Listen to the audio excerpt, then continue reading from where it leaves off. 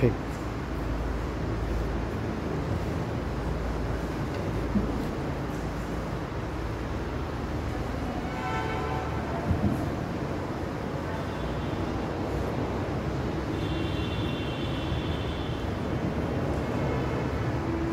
फिलहाल में Suez canal में कौन से देश का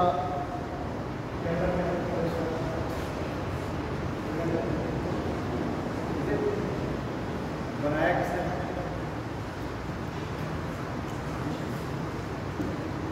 इजिप्ट का बनाया, उसने उसका नेशनलाइजेशन किया है अभी 1956 का।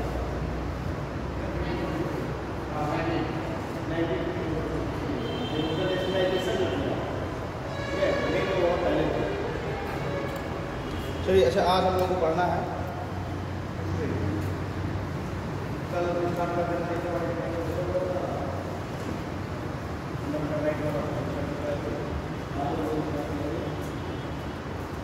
तो हिस्ट्री में जो है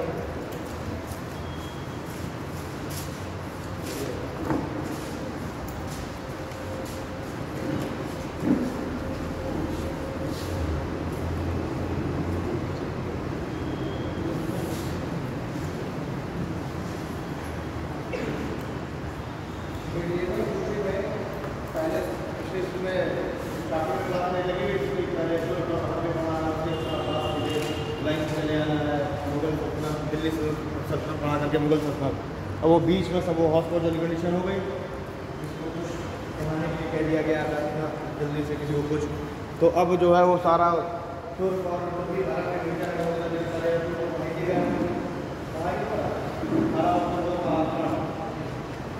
दिल्ली सल्तनत यानी कि आप लोग दिल्ली सल्तनत पढ़ते हुए आप लोग आगे होंगे लोधी तक आप लोगों ने कंप्लीट कर लिया होगा।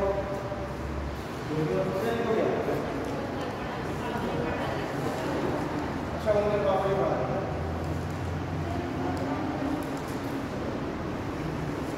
देखिए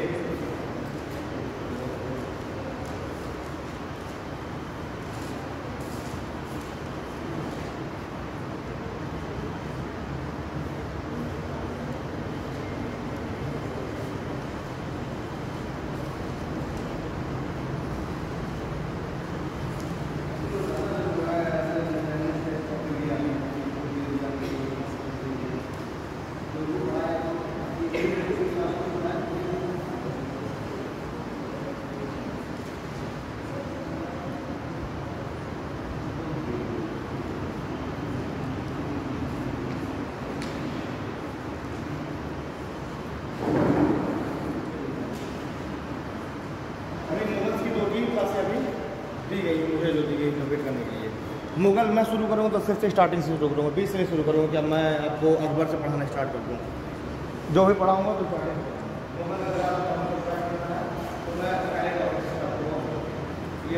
इतिहास का कोशिश करेंगे कि बाबर हुमायूं और फैसला पूरी क्यों कर जाए। तो पहले वो देखना है कि कैसे ये मुगल भारत में आ रहे हैं या फिर क्या आवश्यकताएँ पड़ गई, क्या कंडीशन और शर्त उत्पन्न हो गई कि मुगल भारत में आए। क्लियर है? अच्छा, कभी भी कोई अगर बाहरी इन्वेजन होगा, बाहरी आक्रमण होगा, तो हमेशा वो तभी होगा जब आपकी अंदर की जो स्थितियाँ हैं कमजोर, अंदर की जो राजनीतिक स्थितियाँ हैं वो कमजोर। जब भी बाहर के लोगों को ऐसा लगेगा, आपके घर में भी जब ऐसा लगेगा कि चार भाई का परिवार है, चारों एक साथ रह रहे हैं, कोई भी आपके घर की तरफ मामला नहीं देखेगा, लेकिन जब भी ऐसा पड़ोसी को पता चलेगा कि घर की जो अंदर की स्थितियाँ हैं वो सही नहीं है, सभी भाई अलग अलग रह रहे हैं, तो कंडीशन क्या होता है, पड़ोसी हमेशा आपसे लड़ने के लिए रेडी रहता है। अच्छा, दिल्ली जब हम लोगों ने दिल्ली सल्तनत पढ़ा, लास्ट हम लोग पढ़ते हैं, लास्ट था लोधी वंश। लोधी हमने देख लिया, बहलोल को देख लिया, सिकंदर को देख लिया, बाद में इब्राहिम आ गया। ये सभी को पता है कि इब्राहिम लोधी के ही शासन काल में बाबर का भारत में आगमन होता है, और इब्राहिम लोधी को ही हराने के बाद भारत क्या करता है, वो भारत में बाबर क्या करता है, मुगल वंश की स्थापना करता है।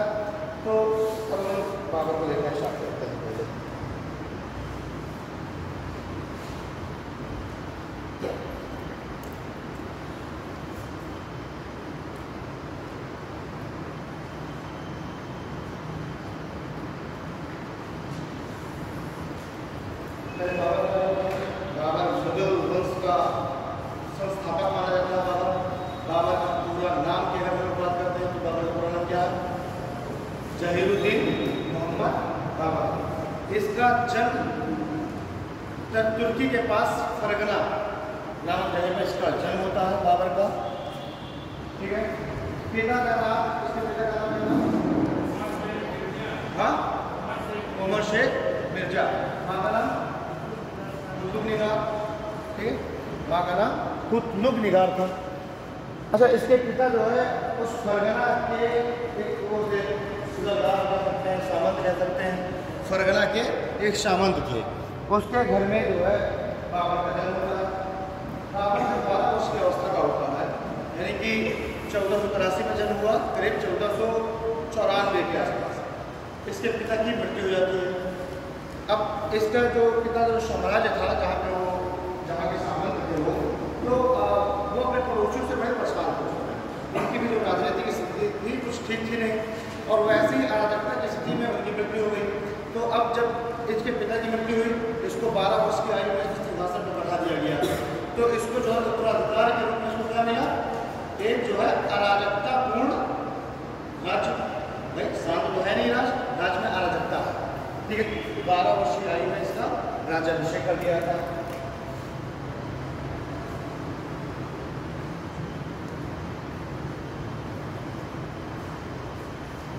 की आयु में इसका राज्याभिषेक हो रहा है। अब ये जैसे ही अपने सिंहासन पर बैठ रहा है 12 वर्ष की आयु में, तभी से ये तुरंत ही उसी समय से ये लगातार संघर्षों में उलझ गया। पिताजी का जो दिया हुआ उत्तराधिकार था वही बिल्कुल संघर्ष था, तो ये भी जो है संघर्ष में उलझ गया इसी समय से।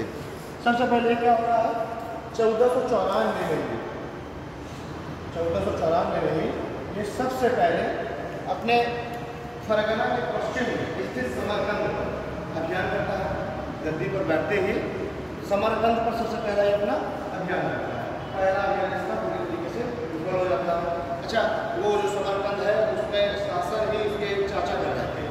अच्छा, अब ये समरकंद उसके लिए आवश्यक क्यों था, क्योंकि कहा जाता है जो जिस परिवार से थे ये, कौन से परिवार से थे, तैमूरस के परिवार से थे ना, तुर्क।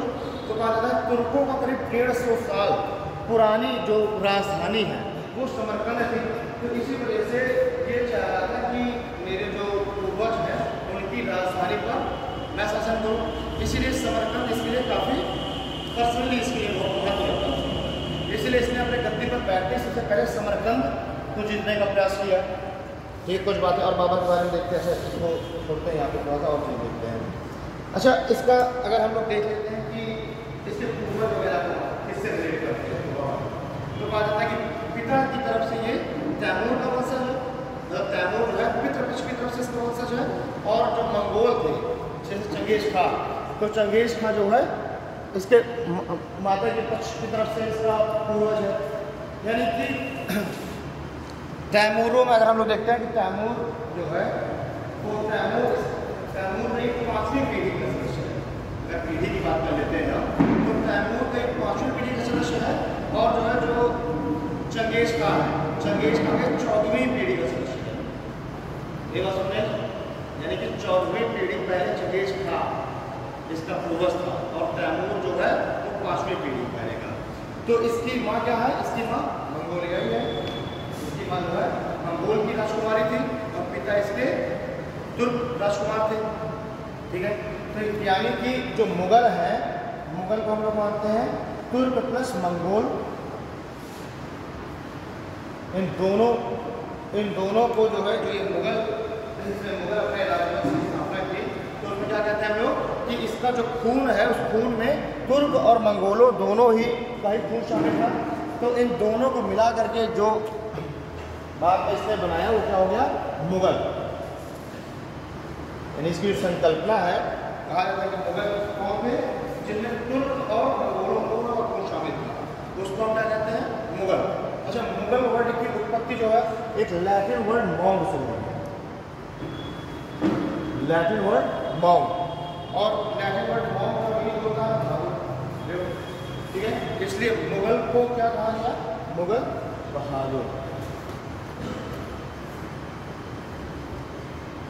ठीक है, मुगल वर्ड की उत्पत्ति हुई लैटिन वर्ड मॉन्ग से, मॉन्ग मीनिंग होता है बहादुर, इसलिए मुगल क्या कहा गया, बहादुर। ठीक है,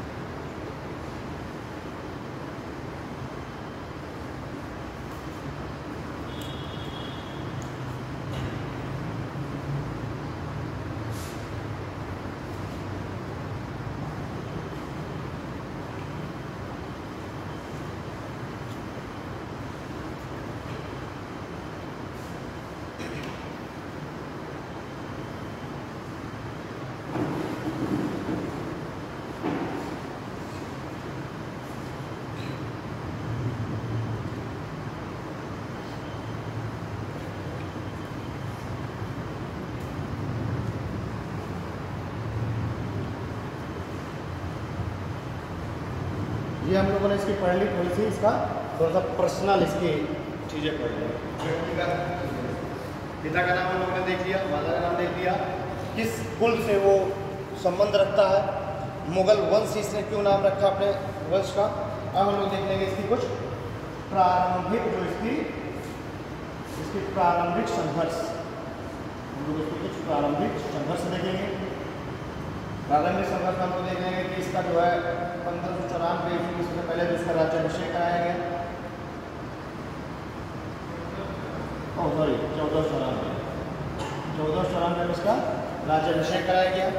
1494 में ही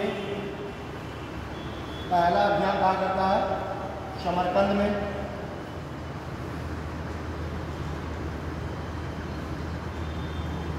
पहला अभियान समरकंद में करता है। समरकंद में क्यों करता है उसका मैंने कारण जान लिया, क्योंकि समरकंद इसके पूर्वजों की पिछले 150 साल से राजधानी थी। इसी वजह से ये इसको मानता था कि ये मेरे पास होनी चाहिए थी। फिलहाल में इस पे इसके चाचा तो इसका अपने परिवार में भी इसका विवाह चल रहा था। चाचा के ऊपर ही पहले राज्याभिषेक के पहले साल से ही चाचा के राज पे आक्रमण करने की प्लानिंग कर रहा है। तो इसके ना इसके पड़ोसियों से संबंध अच्छे थे, ना इसके परिवार से। ठीक है, ये अभियान इसका विफल हो जाता है। अगली बारी 1497 ईस्वी में फिर से ये समरकंद का अभियान कर रहा है दोबारा से, और इस बार ये अभियान अपेक्षाकृत थोड़ा सा सक्सेस है। इसने तकरीबन 100 दिन तक इसके ये नियंत्रण में रहा समरकंद। 100 दिन तक समरकंद इसके नियंत्रण में रहा। ठीक, 100 दिन के बाद वापस से इसको छोड़ना पड़ गया समरकंद को। तीसरी बार ये अभियान फिर से करता है करीब 1501 में। भाई अब ये मान के चलिए कि सपोज दैट ये है हमारा इंडिया, इसकी अगर हम हिस्ट्री देखते हैं, ये है आपका इस समय का पाकिस्तान वाला क्षेत्र है, यहाँ पे है आपका काबुल, और इसके आगे जा करके इस जगह पे कहीं पर था फरगना, और ये है आपका समरकंद। अब सोचिए कि ये अभी तक कोशिश कर रहा है लगातार पश्चिम की ओर जाने की, समरकंद की ओर जाने की। इसकी पहली प्रायोरिटी तो कभी थी ही नहीं पूर्व की ओर आना। इसकी पहली प्रायोरिटी क्या थी? पश्चिम की ओर जाकर के समरकंद वाले क्षेत्रों पर नियंत्रण स्थापित करना। इसलिए देखिए लगातार ये यहाँ से अपने क्षेत्र फरगना से लगातार ये पश्चिम की ओर इन्वेट कर रहा है, समरकंद वगैरह के लिए। ठीक 1501 ईस्वी में इसने तकरीबन 8 माह तक नियंत्रण स्थापित करने में सफल रहा है। 8 माह के बाद फिर से इसको इसका नियंत्रण समाप्त हो गया 1501 में। क्लियर? अब इस समय तक इसको ये आभास हुआ कि यार इधर जो है इस तरफ मैं जा नहीं पा रहा हूँ, शक्तियाँ भी कम थी, अनुभव भी कम था। तो अब ये क्या कहता है कि अब मैं थोड़ा सा ये अपनी जो राजनीतिक विचार है इसको बदलता है। ये कहता है यहाँ ना जा करके इस बार इस साइड की ओर चला जाए। थोड़ा सा पहले शक्तियों को इकट्ठा किया जाए, उसके बाद वापस बताएंगे। फिर 1504-5 ईस्वी के आसपास 1504-5 में ये आता है और इधर पे काबुल में ये इन्वेट करता है। काबुल पर यह अधिकार स्थापित कर लेता है। काबुल पर करता है उस समय, कंधार पर करता है उस समय के लिए। तो 1504-5 ईस्वी के आसपास में क्या करता है?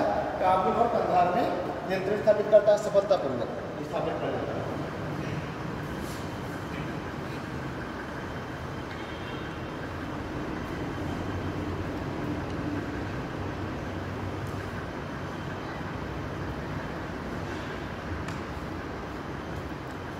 ठीक है, और काबुल और कंधार पर ही नियंत्रण स्थापित करने के बाद पहली बार बादशाह की उपाधि धारण करता है। ठीक है, बादशाह बहुत सारे टर्म्स है ये। फिर पहली बार क्या कर रहा है? ये बादशाह की उपाधि धारण कर रहा है। किस पे? काबुल और कंधार पर नियंत्रण स्थापित करने के बाद 1507 ईस्वी में। अच्छा, इसने पहली बार उस जो इनकी परिवार में चली आ रही प्रथा थी, ये लोग हमेशा का नाम लेके तुर्क लगाते थे। इसके पिता का नाम शेख मिर्जा मिर्जा लगाते थे। जो तुर्क लोग लगाते थे मिर्जा लगाते थे। तो इसने पहली बार प्रथा के अपोजिट जाकर के मिर्जा के स्थान पर इसमें क्या उपाधि लगा ली? बादशाह की उपाधि लगाई।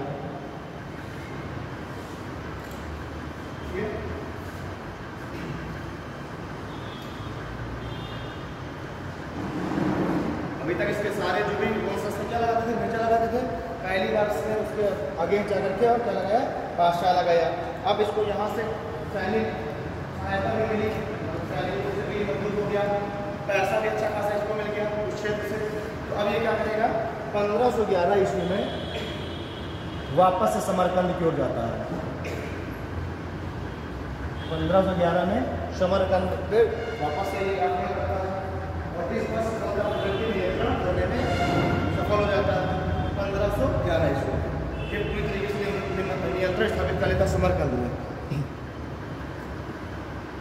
ठीक है, जब ये समरकंद में था तो इसी समय इसके पास न्यूज आती है कि इसके जो चाचा वगैरह थे वो इसका जो क्षेत्र था, इसका जो क्षेत्र है फरगना, उस पर आक्रमण करने के लिए आ रहे हैं, उस पर यह आक्रमण होने वाला है। तो ये क्या करता है, तुरंत समरकंद छोड़ करके और कहाँ जाएगा, फरगना जाएगा अपने राज्य की रक्षा के लिए।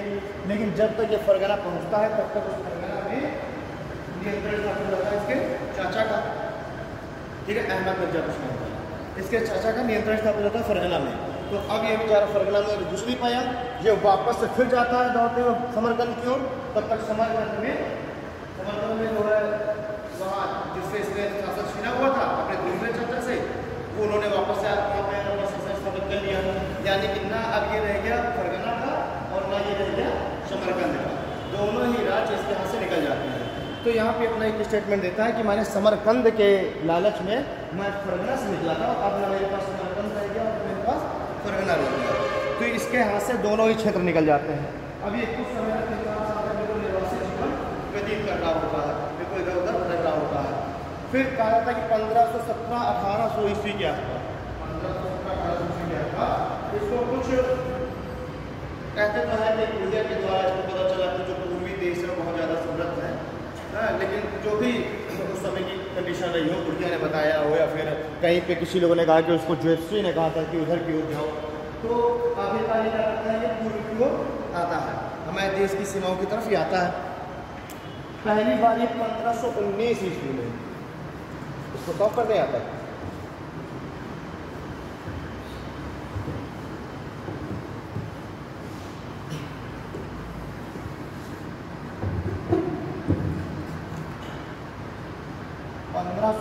ईस्वी में ये पहली बार भारत के चुनाव में बाजाओ नामक स्थान पर डिबेट करता है। बाजाओ 1519 में क्या करेगा, बाजाओ में ये आक्रमण करता है बाजाओ में। और यही ऐसा आक्रमण माना जाता है जिसमें सबसे पहली बार भारत में, मतलब भारत में हुआ जो आक्रमण है उसमें पहली बार बारूद का इस्तेमाल हुआ, बारूद का इस्तेमाल हुआ, कुछ तोपों का इस्तेमाल हुआ। अभी तोप खाने की बात नहीं चलती। ये बाजाओ जो है आपका, जब मान के चलिए कि इस समय तो भारत में नहीं है, तो सिंध के आसपास के क्षेत्र है बाजाओ। इससे आगे आएगा तो जब सिंध नदी के क्षेत्र में आ जाएगा तो फिर आएगा वीरा नाम। ठीक है, तो ये बाजाओ जो है अभी पाकिस्तान वाले क्षेत्र का स्थान है, सिंध नदी के तट का भी कोई स्थान है। बाजाओ पहला ऐसा युद्ध है, बाजाओ का जो आक्रमण है जिसमें पहली बार भारत में बारूद का इस्तेमाल होता है। सबसे कहीं किया था, बहुत सारे बच्चे पानीपत को लगा के आ जाते हैं। तो बाजाओ में पहली बार बारूद का इस्तेमाल हो रहा है। बाजाओ को जीतने के बाद ये वीरा नामक स्थान पर, झेलम नदी के तट पर एक स्थान वीरा, जिस पर ये आक्रमण करता है, जिस पर नियंत्रण लेता है। तो बाजाओ और वीरा नामक दोनों स्थानों पर ये क्या करता है, 1519 में अपना नियंत्रण स्थापित कर लेगा। फिर क्या करेगा, 1519 ईस्वी में ये पेशावर में नियंत्रण स्थापित करेगा। पाकिस्तान के पेशावर में 1519 ईस्वी में अपना नियंत्रण स्थापित कर लिया। 1519 में बाजाओ वीरा, जिसके बाद नवंबर 1519 में पेशावर में नियंत्रण स्थापित करता है। फिर आपका 1520 का आया, 1520 में ये क्या करेगा, लाहौर वाले क्षेत्र में, लाहौर वाले क्षेत्र में प्रवेश करता है। लाहौर के पूरे क्षेत्र में अपना नियंत्रण स्थापित कर लेगा 1520 के ईरा में।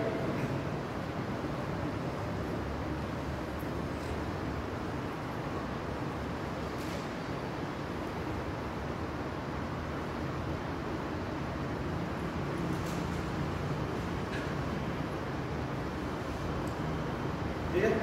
1520 में भाई अब बाजार और भीड़ तक का स्थान पर तो पहले ही नियंत्रण कर लिया था इसने। अब उससे आगे आते हुए लाहौर होते हुए पूरे कहाँ तक आ जाएगा, सियालकोट तक आ जाएगा। यानी 1520 में ये बाजार और भीरा से लेकर के पूरा क्षेत्र इसका सियालकोट तक का क्षेत्र इसके नियंत्रण में आ गया। एक एक स्टेप बाय स्टेप देखिए भारत की ओर चला रहा है। अभी इसने जो भारत के बाउंड्री वाले क्षेत्र थे उसको जीत लिया। ये कहाँ 1520 में कहाँ तक आ गया, सियालकोट तक आ गया। ठीक है। अब ये 1520 से लेकर 1522 के इरा तक इसने पूरे जो सियालकोट तक का क्षेत्र है उस पर पूरे अच्छे से अपना पूरा राजनीतिक जो स्थायित्व है उसमें इसने पूरा समय व्यतीत किया। अच्छे से इसको मतलब एक स्थायित्व प्रदान कर रहा था। फिर 1522 में ये अटैक कर रहा है जिसमें इसने पूरा मुल्तान तक का क्षेत्र इसके अंदर में चला गया। पूरा मुल्तान और सिंध का जो क्षेत्र है वो इसने अपने अंडर में कर लिया। 1520 के इरा मुल्तान और सिंध का पूरा लाहौर, पेशावर, सियालकोट अब ये सारा क्षेत्र उसके अंदर में चला गया।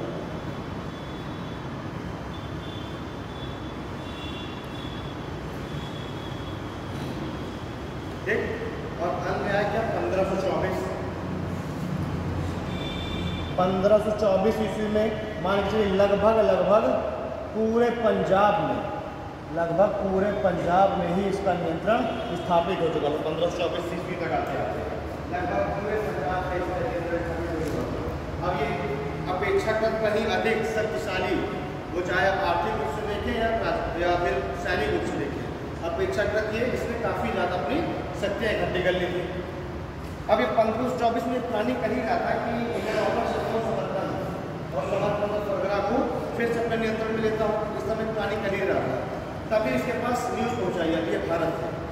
और न्यूज़ कौन पहुँचाता है, जिसमें दौलत का हो गया, आलम खान लोधी हो गया जो कि उसका इब्राहिम लोधी का चाचा था। दौलत का उसमें पंजाब का सूबेदार हुआ करता था। ये इसके पास न्यूज़ पहुँचाते हैं। कुछ इतिहासकार कहते हैं कि राणा सांगा की तरफ से भी इसको पत्र लिखा गया और आमंत्रित किया गया भारत में आक्रमण करने के लिए। अब आप लोग भारत में आक्रमण करने के लिए राणा सांगा को आमंत्रित कर रहे हैं। देखिए उस समय क्या था, इब्राहिम लोधी केंद्र की शक्ति थी, एक बड़ी शक्ति थी इब्राहिम लोधी। ठीक है, एक बड़ी शक्ति थी। राणा सांगा डायरेक्ट उससे लड़ नहीं पा रहे थे। तो उनको ऐसा लगा कि बाबर सिर्फ क्या है, बाहरी आक्रांत करता है, भारत आएगा, इब्राहिम लोधी को हराएगा, यहाँ पे थोड़ा बहुत लूटपाट करेगा और उसके बाद ये क्या करेगा, वापस निकल जाएगा। तो इब्राहिम लोधी हो जाएगा कमजोर, उसके बाद हम उसके ऊपर आक्रमण कर देंगे। ये थी राणा सांगा की प्लानिंग। आलम खान का सोच रहा था कि मेरे भतीजों को हटा के मुझको गद्दी में बैठा दिया जाएगा। दौलत खान का सपना क्या था कि पूरा जो पंजाब का क्षेत्र है ये मुझे मिल जाएगा। पंजाब का जो क्षेत्र है अभी मैं सिर्फ क्या हूँ, सूबेदार हूँ, बाद में पूरा पंजाब का क्षेत्र मुझको मिल जाएगा। इन सब ने अपने अपने फायदे को देखते हुए और इसको बाबर को भारत में आमंत्रित किया। अब बाबर को भी अभी जब तक दौलत खान, आलम खान इसके पास संदेश भेजा था, तब तक तो बाबर ज़्यादा उनको इम्पोर्टेंस नहीं दे रहा था। जहाँ तक खुद ही ये अधीन व्यक्ति है, ये मेरी कैसे अदा करेंगे। लेकिन जैसे ही राणा सांगा का पत्र आता है इसके पास और वो इसको आमंत्रित करता है कि आप भारत आइए और केंद्र जो शक्ति है इब्राहिम लोधी की, इसको आप आराम से कहिए, मैं आपको मदद करूँगा। तो अब जो है 1526 ईस्वी में अब राणा सांगा के बुलाने पर ये क्या कर रहा है, भारत में प्रवेश कर रहा है।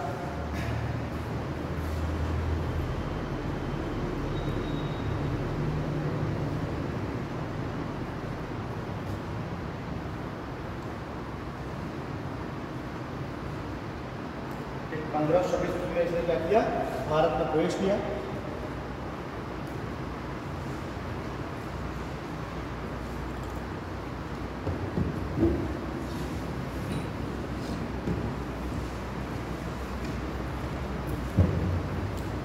और 21 अप्रैल 1526 ईस्वी को कौन सा युद्ध हो जाएगा, पानी। पहले तो दोनों के बीच में कुछ बातचीत हुई, ठीक है, दोनों की सेनाएं दूर दूर खड़ी थी, पहले कौन आक्रमण करेगा, इसी में सब बना रहा। क्या होता है कि इब्राहिम लोधी थोड़ा सा ज़्यादा एग्रेसिव हो जाता है, उसकी अपेक्षा सेना भी बड़ी थी। ऐसा तो है कि इनकी सेनाओं का 8 घंटे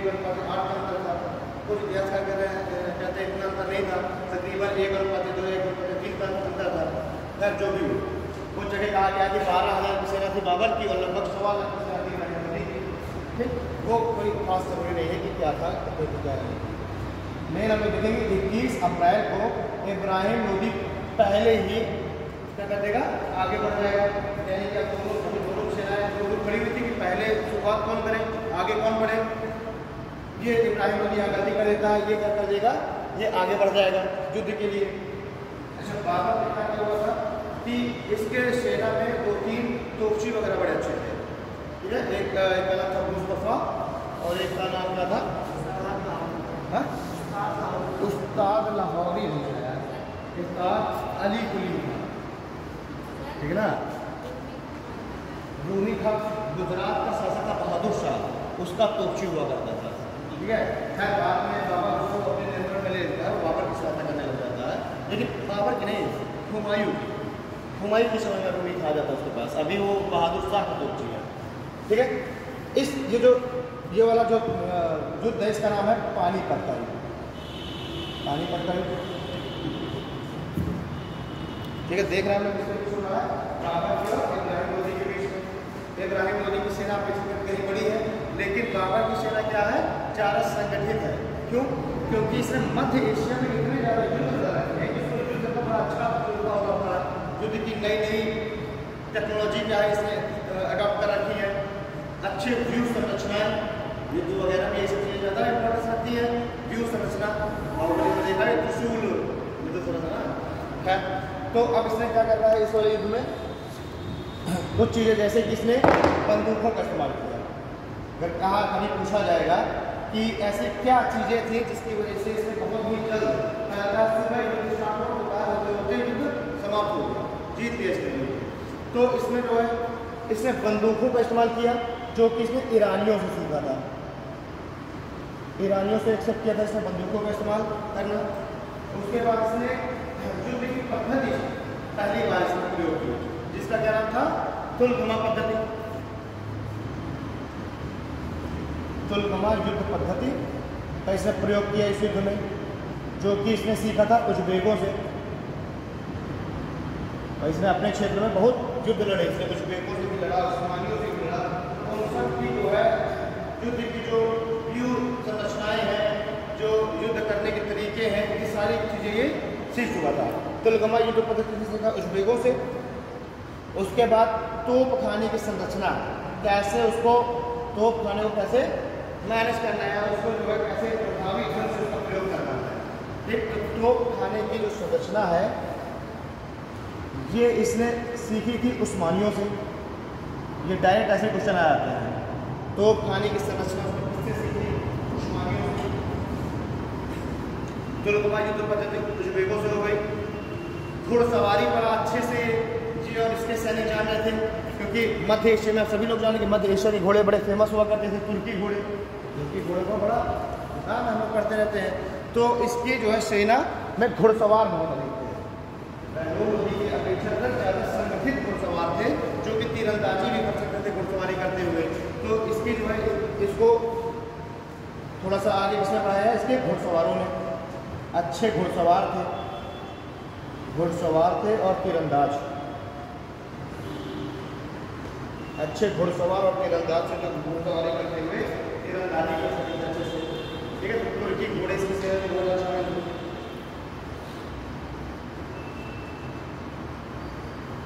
ठीक है, और साथ में इसके जो सेना में 2 लोग शामिल थे, एक तो उस्ताद अली कुली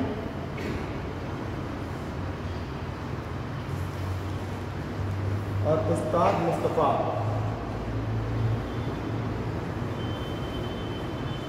ये दोनों कौन है? उस्ताद जो अली कुली है, इसको बनाया गया था तोप खाने का संरक्षण। ठीक है, तोप खाने का जो हेड बनाया गया था, इसको बनाया गया था उस्ताद अली कुली को। और उस्ताद जो मुस्तफ़ा है, इसको बनाया गया था जो बंदूकची है, जो बंदूकधारी जो आगे सेना रहती है एक तो फ्लीट, उसका जो है हेड उसको बनाया गया था मुस्तफ़ा को। तो उस्ताद अली कुली और उस्ताद मुस्तफ़ा, ये डायरेक्ट कि तोप खाने का किसको बनाया गया, बंदूकचियों का हेड किसको बनाया गया लीडर, तो बंदूकचियों का हो गया मुस्तफ़ा, जो आगे जो फ्लीट चलती थी बंदूक ले जाते। और उस्ताद अली कुली को क्या बनाया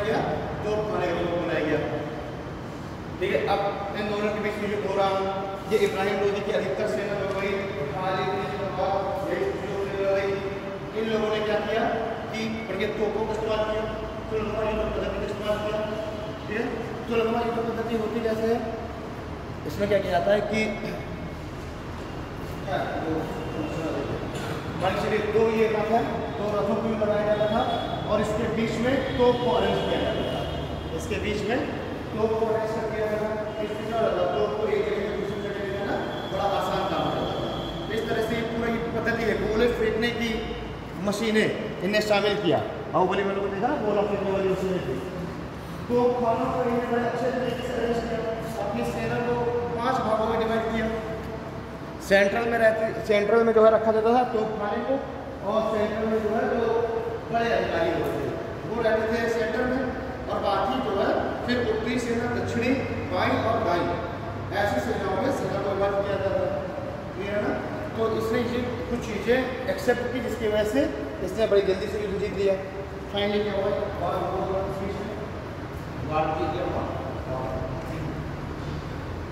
कभी कभी खराब होता है।